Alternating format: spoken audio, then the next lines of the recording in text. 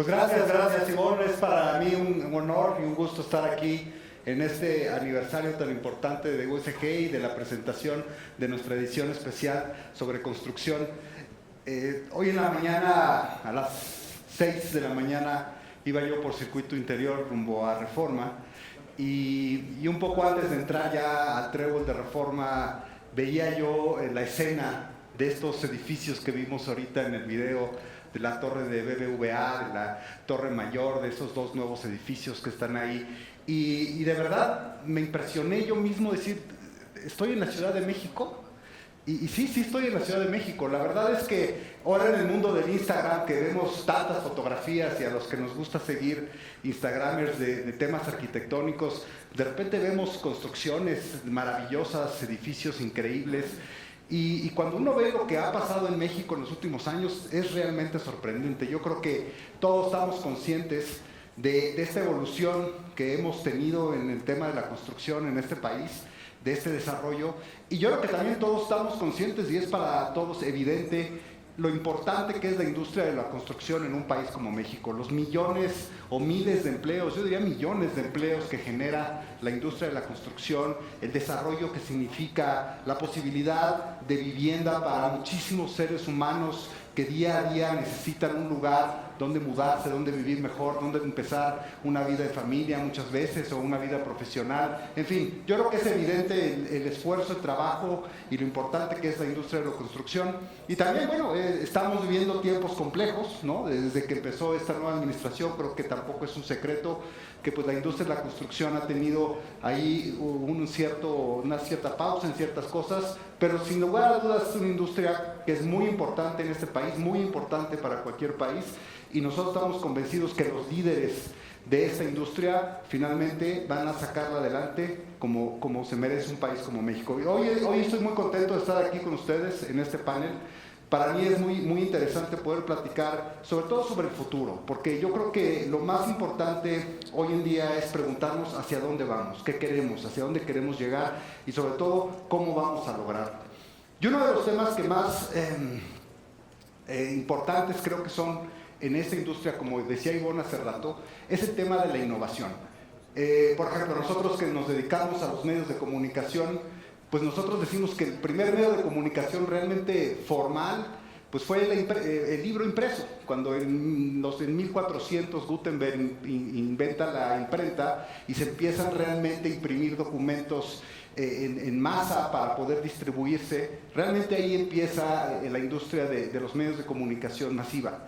Sin embargo, cuando uno piensa, bueno, ¿cuándo empezó la industria de la construcción? Bueno, pues empezó hace seguramente miles de años, cuando alguien empezó a poner una piedra sobre otra para tener un lugar donde cobijarse, donde estar más caliente o donde estar protegido de las inclemencias del tiempo. Y sin embargo es una industria que sigue y que creo que es evidente que es muy importante. Entonces, yo quisiera hablar primero de innovación. Creo que la innovación en la industria de la construcción, con todo y que es una de las industrias más antiguas de este planeta, creo que es algo que estamos viendo día a día. Hoy en día creo que todos estamos muy impresionados con los temas de la innovación tecnológica, en el tema de los celulares, en el tema de muchas otras cosas, y sin embargo creo que mucho de esto está llegando a la industria de la construcción. Entonces, me gustaría empezar, Fernando, si te parece, hablando un poco sobre la innovación. ¿Qué significa para ti, para una empresa como USG, tú que llevas tanto tiempo también en el sector, la innovación y a dónde debe conducirnos hacia los próximos 50 años?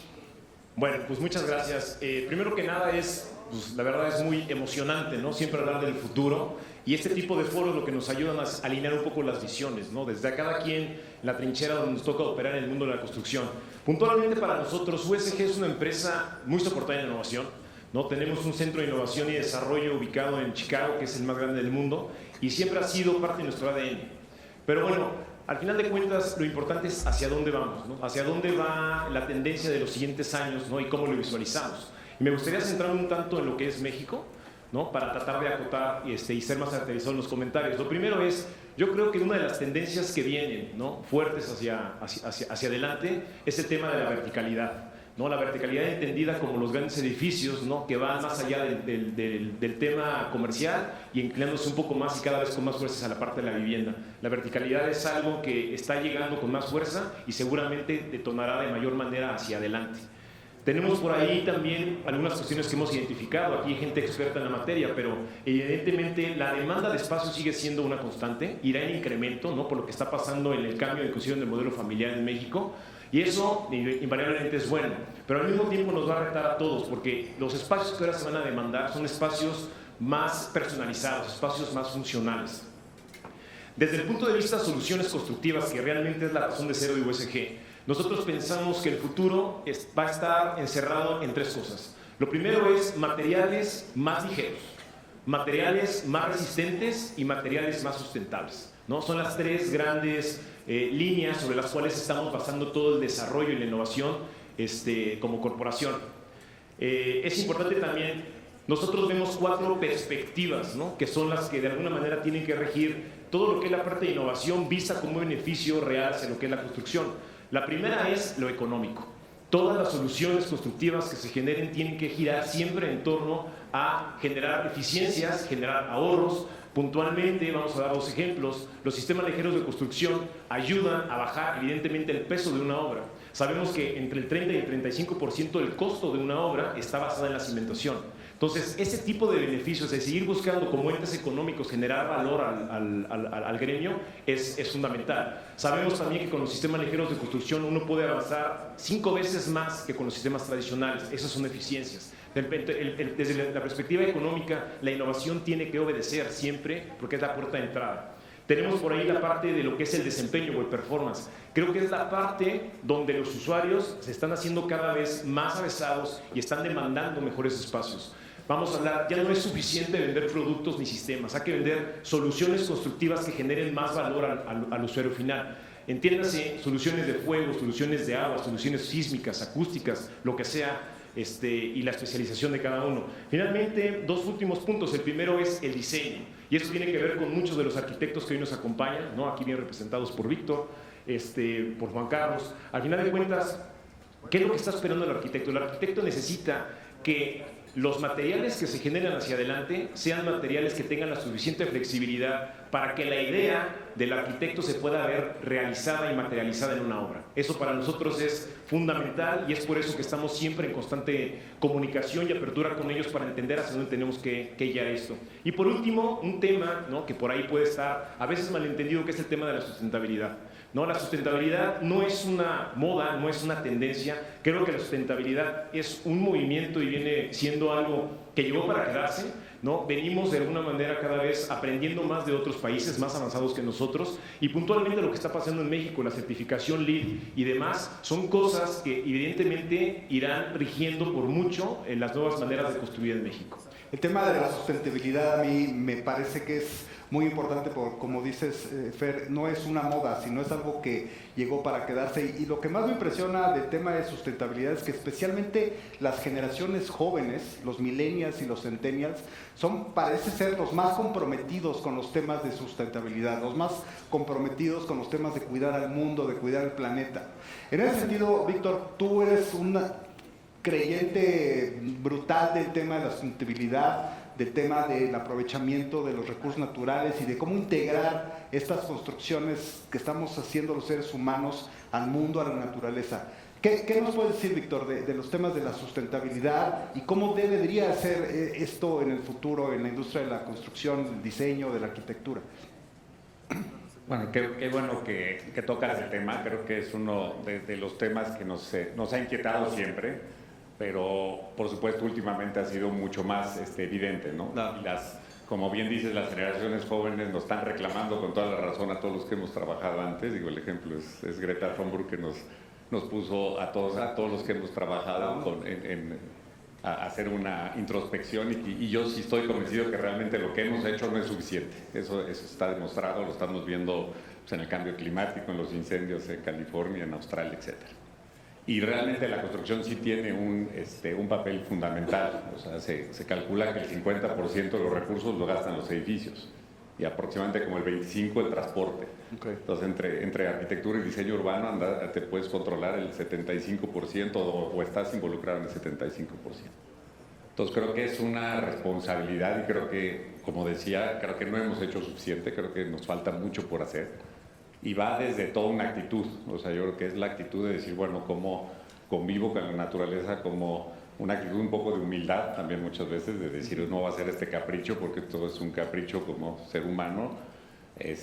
Usar materiales, por supuesto, sustentables, empresas como ya vimos en el video que USG tiene una conciencia social, tratar de usar materiales que sean sustentables. Y yo creo que va también hasta esquemas que pues, por aquí los desarrolladores representados por Enrique pues me están cambiando. O sea, yo sí creo que, por poner un ejemplo, el estatus antes que era tener casas grandes y si cuando tengas dinero me voy a comprar una casa de playa y luego una casa en las montañas, pues a lo mejor ya no es un estatus, para los jóvenes lo ven hasta negativo, ¿no? Pues tener un coche grande, ¿no? Pues el joven ve más estatus el andar en bicicleta. No voy a usar un Uber, ¿no? O usar un Uber, ¿no? Entonces, creo que todos estos esquemas de que a lo mejor tú ya no eres propietario de tu oficina también, pues, Juan Carlos también lo domina, de que ya no tienes un lugar fijo, de que a lo mejor pues, tu vivienda de vacación la compartes con 10 gentes más, que vas a tener que vivir en lugares más chicos, pero no por eso con menor calidad de vida. Y el tema de que las construcciones sustentables son más costosas, ¿es un mito o es una realidad, Víctor? No tienen por qué ser más costosas, obviamente siempre tratamos de hacer análisis de en cuántos años tú recuperas tu inversión. Normalmente si la recuperas en 4 o 5 años vale la pena hacer esa inversión, claro. Pero yo creo que más costosas demandan más esfuerzo, y más esfuerzo tanto del constructor como del arquitecto, por supuesto, y ponerle más cariño. Y las veces que hemos logrado hacer cosas buenas, te das cuenta que más que una limitación fue una oportunidad de hacer propuestas nuevas de diseño. Danos, por ejemplo, danos un ejemplo de alguna ciudad que hayas visitado tú, que te haya sorprendido ya por la integración de esta sustentabilidad que estén logrando como ciudad en algún lugar del mundo. Bueno, te voy a poner una que no he visitado, que tengo ganas de ver, que es Singapur, pero he leído bastante de Singapur. Singapur, siendo una ciudad que es prácticamente urbana, que muy poca área, ha aumentado su área verde y ha aumentado su área de bosque. Entonces, como lo hizo en una ciudad tan chica y nosotros en un país como el tamaño de México no lo podemos lograr. Claro. Entonces, yo creo que es mucho de trabajar en equipo, también creo que hasta el mercado te lo está pidiendo. Yo creo que cada vez la gente no compra un departamento si no es sustentable o unas oficinas. Entonces, hasta la misma sociedad nos está forzando a eso y yo lo veo como una gran oportunidad. Claro. En ese sentido, Enrique, y tú que estás ahora dirigiendo la Asociación de Desarrolladores Inmobiliarios, el tema del desarrollo de la construcción en México, a mí me parece que es como una especie como de lucha permanente entre lo que el desarrollador quiere hacer, lo que los gobiernos locales quisieran dejar hacer, que depende de muchos factores, de muchas circunstancias, y de lo que el consumidor está buscando en el mercado, ¿no? Desafortunadamente en México en general, creo que muchas de las condiciones legales o de temas, no sé, de marcos legales no son muy claros en muchas cosas, o esa planeación urbana que hacen muchos gobiernos muchas veces no tienen muchas contundencias reales. ¿Cómo están ustedes tratando de avanzar esto? O sea, ¿cómo están ustedes un poco mezclando esto de finalmente lograr que sea un negocio, lograr que los consumidores les guste lo que están haciendo ustedes con todas estas cosas de innovación que estamos hablando, y al mismo tiempo que las ciudades los dejen hacer esas construcciones? Mira, yo creo que lo más importante en términos de innovación cuando pensamos en el desarrollo inmobiliario es entender hacia dónde va el consumidor, qué busca el consumidor y cómo resolvemos esta demanda del consumidor. El consumidor en las ciudades cada vez más quiere una vida urbana, una vida que pueda caminar a su trabajo, que pueda caminar al restaurante, a la tienda de la esquina, que en un espacio relativamente reducido pueda resolver sus necesidades. Y creo que tenemos que trabajar, y trabajamos muy de la mano en el ADI, con las autoridades en diseñar la ciudad del futuro. Pero lo que sí es cierto es que muchas veces la legislación y la planeación urbana va un paso atrás de lo que el mercado desea, por lo menos en el caso mexicano. Y creo que en la Ciudad de México tenemos una oportunidad única a partir de la nueva Constitución de generar y darle mucho más importante al diseño y a la estrategia urbana y generar mecanismos que la estén renovando. Porque si pensamos en México, en la Ciudad de México, por ejemplo, los programas delegacionales tienen 20 años o 30 años. Entonces, en su momento fueron muy innovadores y la ciudad y la demanda del desarrollo urbano en la Ciudad de México lo rebasó. Y lo que tenemos que hacer es que vayan por delante, que no vayan por detrás, y tenemos que generar los marcos jurídicos y estratégicos que lo permitan. Y en eso estamos trabajando, ¿sí? En el ADI para hacerlo. Y creo que es muy importante. Pero de nuevo, creo que lo más importante cuando diseñas algo es pensar en quién es quien va a estar, quién es el centro de este diseño, y el centro de este diseño es el ser humano. ¿Y qué está buscando el ser humano? Y eso es lo que tratamos de hacer en el ADI. Yo creo que esa es de las cosas que más me han impresionado, como contaba Ivonne hace rato, cada vez que entrevistamos a un gran arquitecto, la forma en la que piensan, ¿no? La forma en la que cuando hacen un proyecto se imaginan cómo la persona que va a usar ese proyecto lo va a disfrutar, lo va a vivir, le va a ser útil, ya sea algo chico, ya sea algo barato, ya sea algo grande, ya sea algo lujoso. Finalmente es parte de esa estructura mental que debe tener un arquitecto y al final de cuentas, como también, ahorita hablábamos al principio del impacto que tiene la industria de la construcción y el desarrollo inmobiliario en las economías, pero yo creo que también hay un impacto psicológico muy importante de quien vive esos espacios, de quien vive una oficina que está bien diseñada, quien vive una casa que tiene los espacios adecuados. En ese caso, Juan Carlos, tú que eres un gran arquitecto y que te importa mucho esa parte del humanismo, de cómo se vive, cómo realmente disfruta alguien esa propiedad que tiene, esa oficina en la que trabaja, esa calle en la que transita y los edificios que ve. ¿Cómo lo has llevado tú a tu carrera arquitectónica?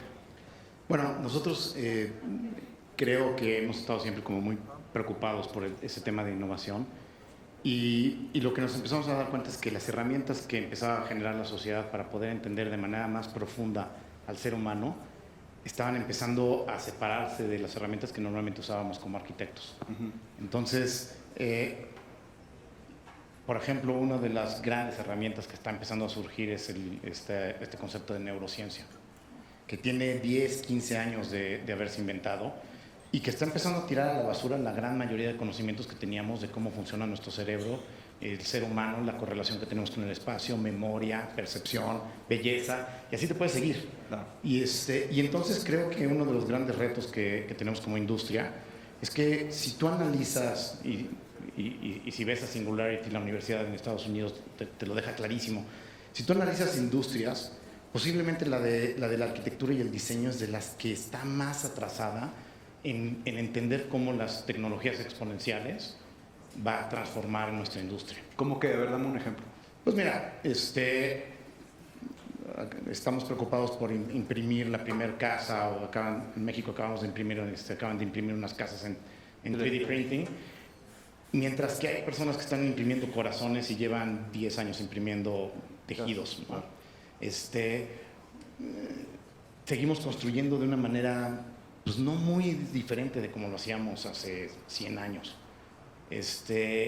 Tenemos en el teléfono más tecnología de la que tenían cuando mandaron al Apolo a la Luna y por otro lado utilizamos una tecnología con BIM para ver que las ingenierías no se crucen.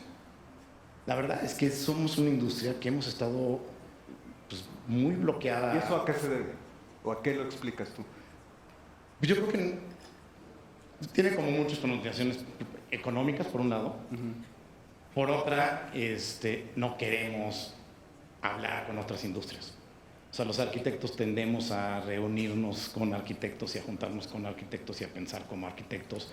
Los despachos de arquitectura están, en la gran mayoría de los casos, construidos o formados por puros arquitectos. Pues va a ser bien difícil que de repente estemos escuchando lo que está pasando en el mundo de la ciencia, Claro. o de la tecnología o de otras cosas, ¿no? Somos una industria que por un lado somos muy creativos, pero no necesariamente es lo mismo que innovadores, ¿no? Claro. Cuando hablamos de la tecnología de la industria de la construcción y hablamos pues de toda esta fusión que está habiendo entre el Internet de las cosas, los hogares inteligentes,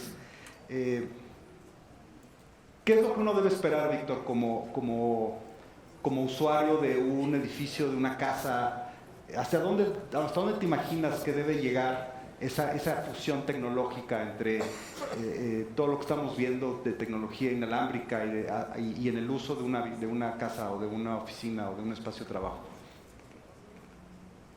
Bueno, yo creo que lo que estamos viviendo es que la forma en cómo trabajamos es muy diferente a como trabajábamos antes. Igual la forma que vivimos es muy diferente a como estábamos antes. Claro. Digo, el ejemplo más obvio es decir, bueno, si yo analizo un departamento o una casa de antes, pues tenías recibidor, antecomedor, la cocina, todo era separado. Ahorita vives una forma de vida pues mucho más integrada, mucho más flexible. También vamos a vivir simplemente porque ya hay menos espacio en espacios más chicos. Eso también te demanda a que sean espacios pues mucho más utilizables y que sean con mayor flexibilidad. Digo, no es por echar flores a OSG, pero es el éxito del tabla roca, digamos, que dices, bueno, tengo mucho más flexibilidad, bueno, que sí hice todos los muros de otra cosa. No. La forma de trabajo pues también ha cambiado muchísimo, ya la formalidad cada vez ya es cosa del pasado, o sea, tú definitivamente ya combinas también la parte del trabajo con la del placer y con la vida personal por la misma tecnología. Y eso pues apenas creo que estamos empezando a verlo reflejado en la arquitectura. Y yo estoy de acuerdo con Juan Carlos que muchas veces vamos atrás nosotros, ¿no? Claro. Me tocó la semana pasada ir a visitar, por ejemplo, todas las oficinas de Google y en el Silicon Valley. Wow. Y van atrasados, vamos atrasados de ellos. O sea, tú ves y van a 1000 por hora y te dicen esta compañía de la nube de Google tiene 4 años y ya tienen 1500 empleados. Claro. Entonces, además tiene que ver mucho con la filosofía, ¿no? Con la que las empresas construyen pues mucho de su cultura corporativa y luego se refleja en los espacios de trabajo, ¿no? ¿Qué viste en Google que te haya impresionado? Pues a mí me impresionó mucho esa mezcla, como te decía, de la parte recreativa y la parte personal. Ya no hay una línea, ¿no? Entonces tú, pues, definitivamente tú estás comiendo, estás teniendo una junta, tienes el gimnasio al lado, tienes una cancha de voleibol, de la misma tintorería la haces en tu misma empresa y a lo mejor pues, te vas en una bicicleta y tienes tu departamento allá. Claro. Entonces eso de que antes era una oficina y la oficina era toda formal y era toda seria, pues ya no existe, ¿no? Entonces a lo mejor esta semana trabajo en un equipo de trabajo y a lo mejor en la próxima semana me voy al otro edificio enfrente porque en esa semana me convenía trabajar con el otro. Y creo que eso, pues, en México todavía estamos atrasados, incluso los mexicanos somos muy arraigados. Claro. Y pues yo en el despacho me pasa que le cambias de lugar a alguien y es un drama, porque ya no tiene la vista que tenía durante hace 2 años, ¿no? Sí. Entonces sí tenemos que tratar de aprender a cómo vivir con esa flexibilidad y eso debe estar reflejado en la arquitectura. Danos, por ejemplo, danos un ejemplo de algún proyecto que estés haciendo ahorita o que estés cocinando que sea muy innovador, muy diferente a lo que usualmente estamos acostumbrados. Bueno, últimamente nos ha tocado trabajar en hospitales, ¿no? Y tú te imaginarías que en los hospitales es muy rígido todas las instalaciones, las circulaciones. Pero cada vez se da también más cuenta la gente y los doctores que la parte pues de neurociencia ahora sí también influye muchísimo en la recuperación de un paciente. Entonces, ¿cómo debes también de transmitir ese ambiente más humano, incluso en un hospital y en la recuperación, que tengas lugares bonitos? Que un hospital tiene que ser agradable, tiene que ser humano, sin perder, por supuesto, la eficiencia, ¿no? Claro. Enrique, una de las cosas que hemos visto en los últimos años, y creo que también todos los que estamos aquí hemos sido testigos de ello, es el gran despegue también inmobiliario que ha habido en el interior de la República, ¿no? Creo que durante muchos años la Ciudad de México era el único lugar donde había inclusive centros comerciales grandes o edificios y de oficinas grandes. Sin embargo, yo creo que desde hace 15, 20 años a la fecha, sobre todo, ha habido una explosión también inmobiliaria en muchas otras ciudades que antes pues, las considerábamos ciudades pequeñas y están creciendo muchísimo. Eso yo creo que es muy positivo desde el punto de vista de esta concentración que de repente se daba en la ciudad, o sigue dando obviamente en la Ciudad de México, pero que también en otras ciudades de México se está dando. ¿Cómo ves tú este equilibrio que se está generando entre este desarrollo económico en el interior de la República? ¿Qué está pasando, por ejemplo, en el sureste? ¿Cómo ven ustedes desde la ADI este desarrollo? y desde luego México y su potencial, la ciudad. Mira, yo lo que te diría es que México es un país integral y cada vez más vemos un crecimiento económico muy importante en zonas que no es el centro de la ciudad, del país, y eso creo que deberíamos estar muy, muy orgullosos, porque eso lo que hace es un mejor país, un país más balanceado, un país con mejores oportunidades para todos los mexicanos. Y como tú bien refieres, si tenemos estadísticas en el ADI tiene cerca de 30 años operando. Cuando empezamos, obviamente la Ciudad de México tenía un peso muy importante, sigue teniendo un peso importante, pero cada vez menor. Y lo que estamos viendo es que sectores como, más allá del turístico, que es muy claro que hay cosas muy importantes en México que son fuera de la Ciudad de México, pero toda la parte industrial hacia el norte y el Bajío es impresionante lo que estamos viendo de crecimiento, y eso tiene un impacto después en la parte habitacional, en la parte comercial, en la parte de oficinas, y eso es lo que estamos viendo. Y a veces los que estamos en la Ciudad de México pensamos que el único ombligo que hay en México es la Ciudad de México, y resulta ser que no. El país es un país de muchas regiones, de grandes oportunidades de negocios y de grandes oportunidades en el desarrollo inmobiliario. Y por eso es que estamos viendo hacia el norte del país, Tijuana, Ciudad Juárez, etcétera, crecer, el Bajío de manera importante. Y por el otro lado, en el sureste, obviamente la parte de la península de Yucatán ha sido también uno de los grandes motores. Creo que como país tenemos que invertir y detonar el resto del sureste, y son de los retos que tenemos como industria y como país. En ese sentido, y ahora que entró este nuevo gobierno, creo que finalmente el tema de las personas con menos oportunidades en este país, pues es un tema que nos han puesto en un visor muy importante, ¿no? Desde la LADI, ¿cómo están apoyando a esas personas, a esos mexicanos que tienen muy pocas oportunidades económicas y que necesitan también de estos servicios de construcción? Mira, a ver, creo que hay varios temas que estamos haciendo. Lo primero es que nos hemos aliado con el gobierno para buscar soluciones de vivienda asequible en las grandes ciudades. Creo que era una materia que traíamos reprobada en la Ciudad de México, en las grandes urbes, no solo en la Ciudad de México, y creo que estamos trabajando para resolver el tema. Uno de los grandes temas en este esquema es el valor de la tierra, y lo que tenemos que buscar es que la tierra, en lo que queremos es traer gente para que trabaje y viva cerca, y eso tenemos que resolverlo buscando tierras más baratas a través de diferentes mecanismos que van desde subsidios hasta otro tipo de mecanismos, y la verticalidad también nos va a ayudar para lograr eso, ¿no? Entonces es parte de lo que estamos trabajando con el gobierno. Por el otro lado, parte de lo que está haciendo ADI en sus temas de responsabilidad social es trabajar con los albañiles principalmente en apoyarlos a subir su nivel educativo.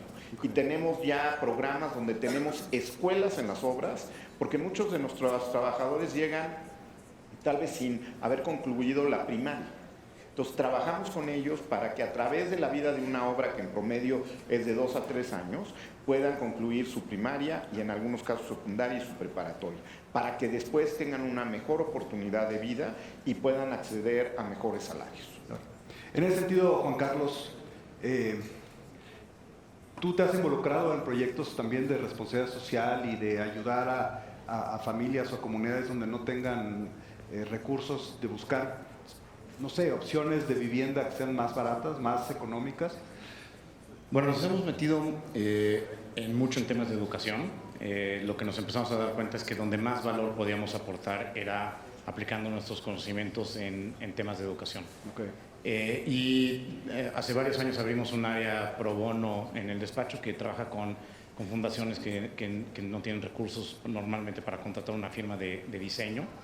Y lo que hacemos es trabajar en proyectos de educación. Normalmente hacemos alrededor de 5 proyectos al año. Y la idea es, en la gran mayoría de estos, es aplicar muchos de estos conceptos de neurociencia aplicado a aprendizaje, ¿no? Ahora, tú tienes la oportunidad, lo sé por la entrevista que nos diste, de trabajar con mucha gente joven. Y creo que todas estas nuevas generaciones que están llegando y recién saliendo de las universidades, de las carreras de arquitectura, pues finalmente, como decía Víctor hace rato, ya tienen una realidad muy diferente a la que teníamos nosotros, ¿no? El otro día platicaba con el director general de General Motors y me decía que ellos tienen un estudio, hubo una desaceleración en la parte de automóviles, de la venta de automóviles el año pasado, mucho por este estancamiento económico que se vio, pero también mucho porque los jóvenes entre 17, 18, 25 años ya no están queriendo comprar un coche. Yo me acuerdo cuando yo empezaba a los 13 años, decían mis papás, préstame el coche, ¿a dónde quieres que te traiga algo del súper? Y ahorita los jóvenes, los que tenemos hijos de esa edad, o sea, no quieren manejar, ni siquiera les importa manejar. ¿Cómo estás viendo tú estas nuevas generaciones de arquitectos? ¿Qué chip traen? ¿Qué quieren hacer? ¿Hacia dónde van? ¿Qué los emociona? Yo creo que una fundamental es trascendencia. Y no es nada más en arquitectos, pero creo que, bueno, lo primero que creo que vamos a tener que empezar a entender es que este concepto de millennial no es un bracket generacional, ya se convirtió en una manera de entender el mundo. Claro. Entonces hay millennials de todas las edades. Sí, claro. Que ya empiezan a comportarse como si hubieran nacido en los 80. Sí. Pero creo que lo que empezó a suceder es que esta generación no está dispuesta a trabajar en un lugar en el que no trasciendan lo que hacen. Entonces el sentido de trascendencia de las organizaciones va a empezar a convertirse en algo sumamente importante. Y cuando diseñas, va a cambiar un paradigma grandísimo. Claro. Ya la arquitectura para escultura y que fotografíe muy bien y que no necesariamente cambie la vida de las personas de manera positiva, esa cada vez la van a empezar a buscar menos. Y además es bien padre, porque la verdad es que creo que la arquitectura es de esas cosas que efectivamente no solo trascienden, sino que se quedan ahí por muchos años, ¿no? Si son cosas bellas, si son cosas funcionales, pues tienen vida eterna en muchas ocasiones, ¿no? Claro. Y ahora lo que estamos empezando a darnos cuenta es que además tenemos un impacto en el comportamiento, en la salud mental de las personas. No únicamente, Winston Churchill en los 50 decía que construimos arquitectura que nos construye de regreso. Claro. Y esa está a medias, porque los últimos descubrimientos lo que se han dado cuenta es que somos arquitectura. Hace cerca de un siglo, un filósofo francés, Merleau-Ponty, decía que una silla es una silla hasta que te sientas en ella. Y en el momento que te sientas en ella, tú eres la silla. Y la silla eres tú. Claro. Eso sucede con el espacio. No es que estemos construyendo esta cosa ajena que nos va a moldear. Estamos hackeando la cabeza de las personas que están viviendo los espacios. Y ahí hay una gran oportunidad de entender la trascendencia en otros niveles mucho más complejos, ¿no? Vivimos en una sociedad en la que dependiendo del país en el que estés, cerca del 10% de los niños están siendo drogados por sus papás. Literalmente. En Estados Unidos es un poco más, pero en México estamos en el 7%. Cerca del 10% de nuestros niños tienen déficit de atención. Y no nos hemos cuestionado si lo estamos promoviendo, generando a través del entorno construido, porque no tenemos la capacidad de escuchar a los científicos que están investigando qué diablos pasa con esos niños. Claro. Entonces, los niveles de trascendencia y las oportunidades que van a tener estas nuevas generaciones, yo creo que ni siquiera los hemos vislumbrado. ¿Cómo te imaginarías tú un espacio de vida en 20 o 30 años que fuera ideal? Bueno, lo platicaba con Víctor hace rato. Creo que lo primero que vamos a empezar a ver, que es una de las cosas que creo que me vuela la cabeza, es para poder hacer arquitectura interior, principalmente, dentro de muy poco te van a pedir un degree, un grado de medicina. O sea, nos vamos a empezar a dar cuenta del impacto tan grande que tenemos con los entornos, Claro. que no vamos a poder entrar así nada más como... No, y en México ni Sí, siquiera... se ve bonito el rojo, ¿no? Sí, se ve bonito completamente subjetivo, ni siquiera Claro. desde el lado científico. Pero hoy en México no necesitas ni siquiera un permiso de construcción para hacer un interior. Dentro de poco, en países un poco más avanzados, vas a tener que tener un grado médico para poder hacer interiores por el impacto que tiene lo que estás haciendo y en el momento que entendamos. Y la segunda complicada es que hoy en día uno de los grandes retos que tenemos, y no sé, yo creo que la tecnología nos va a ayudar a resolverlo, pero el problema más grave que tenemos con la arquitectura es que a la arquitectura le vales gorro tú. O sea, si tú llegas triste a este espacio le vale madre si tú estás triste. O sea, la arquitectura no es reactiva a lo que te sucede. Y eso se llama ciclo cerrado. En Canadá hay unos cuates que están desarrollando un software, un videojuego, para niños con déficit de atención, que el videojuego no existe. El videojuego se diseña conforme el niño va interactuando con él. Okay. El videojuego no tiene unos estándares para lograr los premios, sino que los premios dependen de cuando el niño empieza a perder engagement, el videojuego se vuelve más fácil. Completamente al revés de lo que hemos estado acostumbrados a hacer en el mundo. Y eso se llama ciclo abierto. Okay. Un ciclo abierto es cuando tú, como individuo y como persona, le importas a lo que hay alrededor tuyo. Y entonces resulta que los estudios demuestran que los niños que juegan con déficit de atención, que juegan este videojuego, terminan generando en los químicos que genera el Ritalin cuando se lo das a un niño, sin tener que drogarlo. Esta empresa está empezando a patentar el videojuego en el Federal and Drug Administration en Estados Unidos como medicina. Si un videojuego puede sustituir una medicina con un niño de déficit de atención, ¿qué no podría ser la arquitectura si estuviéramos siendo un poco más empáticos? Podríamos, ¿no? Sí, claro. Cambiarlo completo. Sí. Qué padre, interesante, cara. Y en ese sentido, Fer, ya para ir terminando el panel, ¿cómo ven ustedes el tema de la innovación tecnológica en el desarrollo de un mercado maduro en los próximos años en México? O sea, ¿cuáles son los retos para una empresa como ustedes de justo todo esto que hemos estado hablando para estar a la altura de las circunstancias y de la modernidad?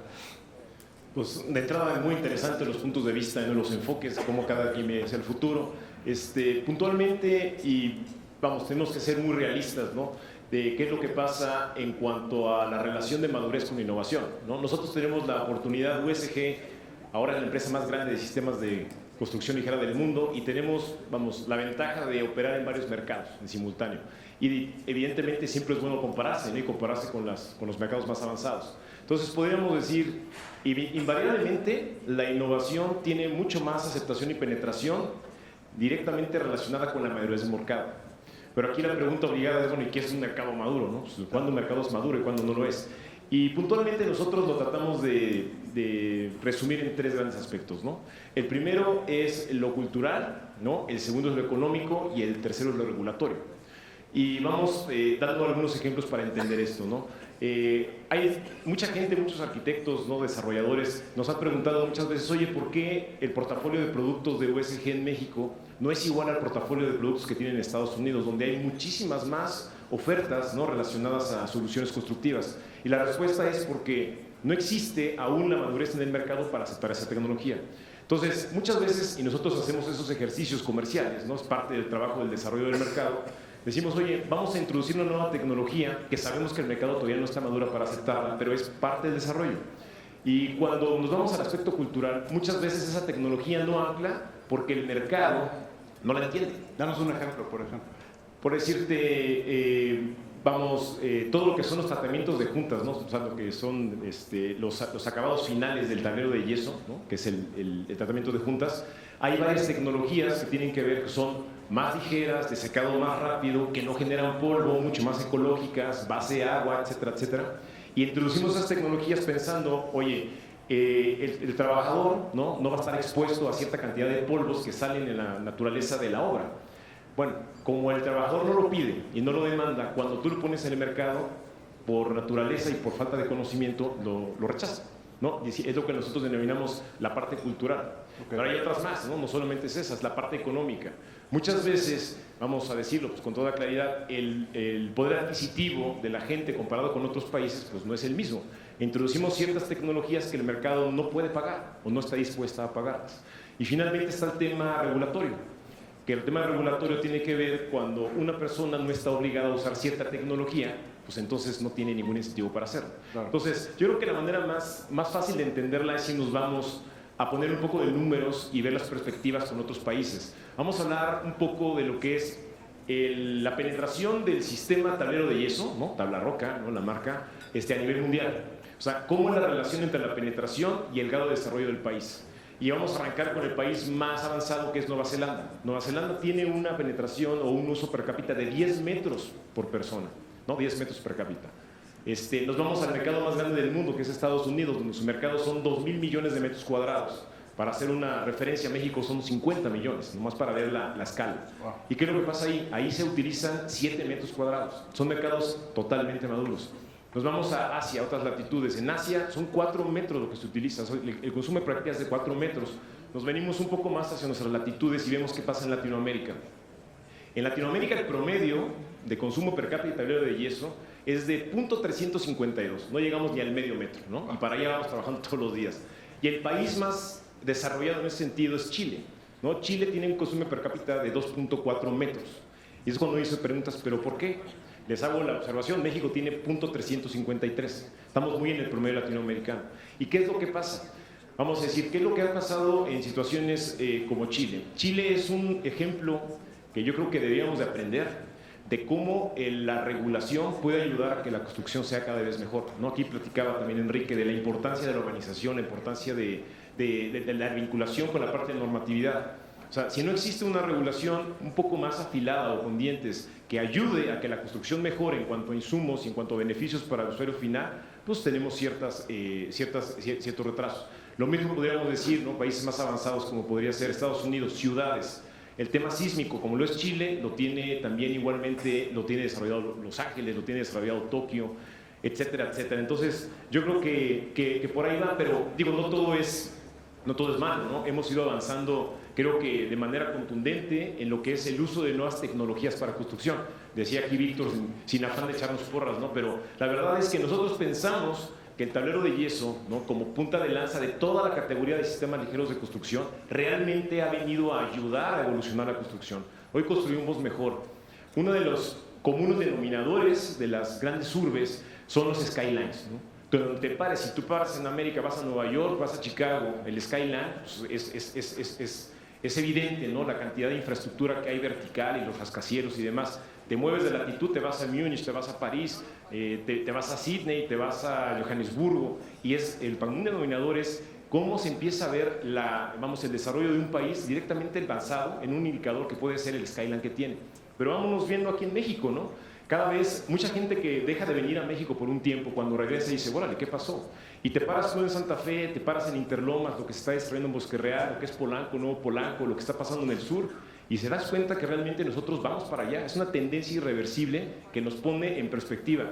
Siempre nos gusta compararnos con lo que es los mercados más grandes, Estados Unidos y lo que pasa allá y demás, pero cuando volteamos hacia abajo, México tiene muchísimo desarrollo y muchísima ventaja contra todo lo que es Centroamérica, el Caribe no se diga, y Sudamérica inclusive. Tiene mucho mejor infraestructura, tiene mucho mejores, sinergias a nivel gremio, entonces lo cual creo que es bueno. Y cierro con la idea de no solo es México. O sea, ya olvídense lo que siempre decimos, Monterrey, ¿no? Si uno va a Monterrey y va a Valle Oriente, el desarrollo, el skyline, pues cada vez que uno se para ahí hay más y más proyectos, lo cual nos beneficia a todos.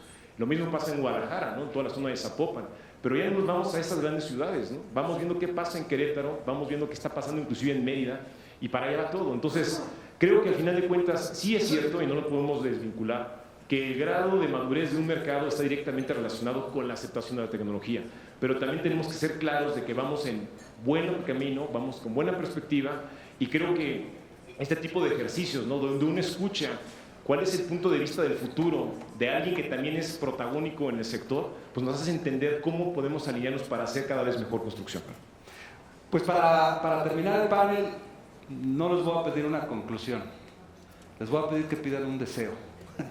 No se los voy a cumplir yo, pero creo que los deseos siempre son importantes. Y yo creo que es importante porque creo que este año, y con lo que ha pasado en la industria de la construcción, creo que todos ustedes han entrado en reflexiones, ¿no? De qué pasa, qué se necesita, qué necesitamos como país, hacia dónde tenemos que ir. Entonces, me gustaría que cerráramos el panel con que cada uno de ustedes nos dijera ¿qué les gustaría que pasara en México para que lográramos eso que deseamos, cada uno de ustedes, en lo que está haciendo? ¿Y por qué no empezamos contigo, Fernando? Bueno, pues siempre es bueno desear, ¿no? Pero yo creo que para mí lo ideal sería continuar, porque no nos podemos quejar. En general, la tendencia, hablando de la construcción, ¿no? Puntualmente, ha sido buena, ¿no? Hemos tenido, un aceleramiento en el desarrollo, si bien vivienda no, si vemos por segmentos no lo es, pero en general podemos decir que la construcción va agarrando y va viendo en popa. Esperemos regresar a esas tendencias, no volvemos a encarrilar, y creo que si por mí fuera, lo que yo desearía sería mucho más vinculación de todos los actores, ¿no? Del sector construcción en pro de construir mejor. Estoy convencido de que el sol sale para todos y entre más alineados estemos como gremio, no solo en las categorías, sino en general en la construcción, tendremos sin duda un mejor México. Y creo que es lo que todos queremos. Muy bien. Víctor.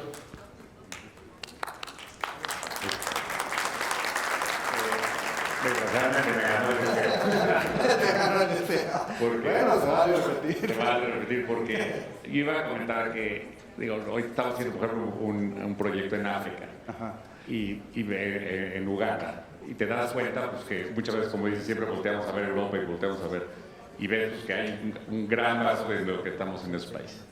Y yo veo que en México tenemos ya una industria bastante sofisticada. Y que muchas veces al menos los arquitectos no la sabemos aprovechar. Claro. Y por eso pues, a mí me dio gusto este foro, porque realmente la forma como vamos a encontrar nuevas ideas y seguir mejorando es que nos vinculemos mucho más todos los medios de la construcción y en particular más con los fabricantes. Ahorita un ejemplo chiquito, hicimos unas llaves con un fabricante de llaves de monomanos. Pues fue una experiencia increíble, aprendimos nosotros muchísimo, ellos también recibieron ideas frescas nuestras también, que fue muy bueno. Yo creo que si nosotros nos vinculamos, por ejemplo, en la estructura ligera, pues seguro van a salir ideas que a ellos nunca se les hubieran ocurrido y a nosotros tampoco. Entonces creo que, sin duda, creo que México está en un punto en el que ves otros países que se han destacado por el diseño, como Italia, como los países nórdicos, etcétera, es porque trabajan la gente de diseño, la gente de los científicos y la industria trabajan muy de la mano, ¿no? Tú ves a los grandes arquitectos ingleses, a Rogers, a Foster, tienen sus llaves, diseñaron sus lámparas. Y yo creo que estamos en ese momento en México para que nos vinculemos mucho más con la industria y saquemos soluciones para México y ya mucho más vanguardistas, ¿no? Porque yo también creo que la parte cultural es importantísima. O sea, por más que digamos de la globalización, cada país sigue teniendo su idiosincrasia y solo lo vamos a lograr trabajando con la industria y juntos. Súper. Enrique. Mira,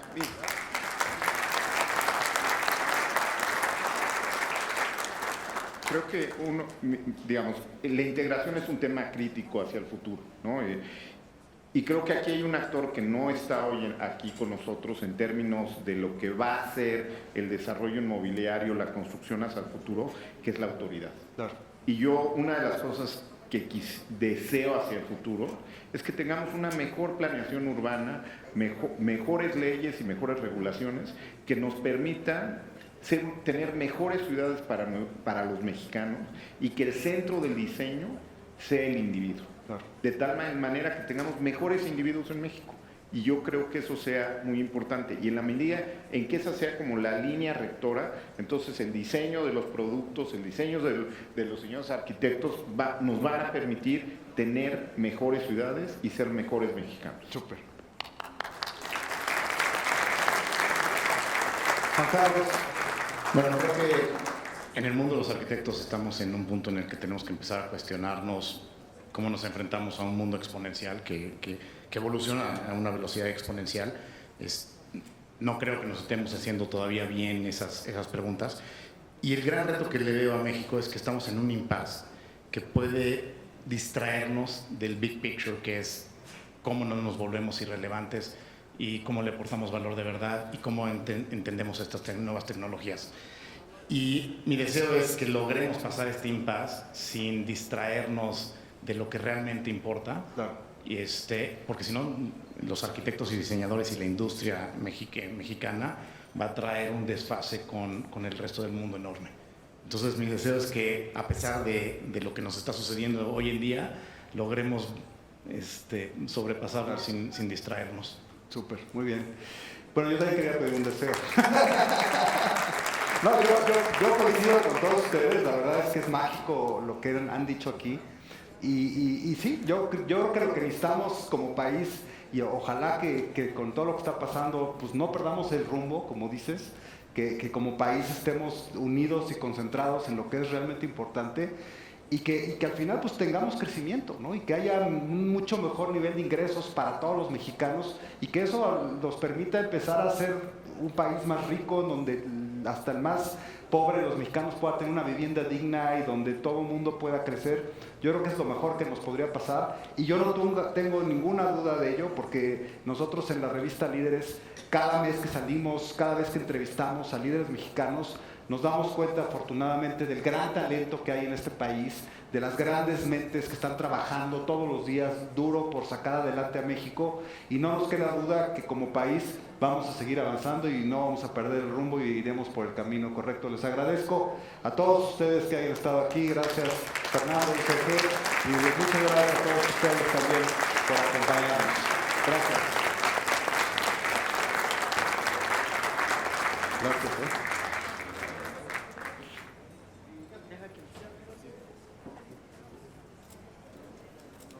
Ok, pues gran panel, gran fiesta de 50 años USG. Felicidades. Así quiero que sea la mía.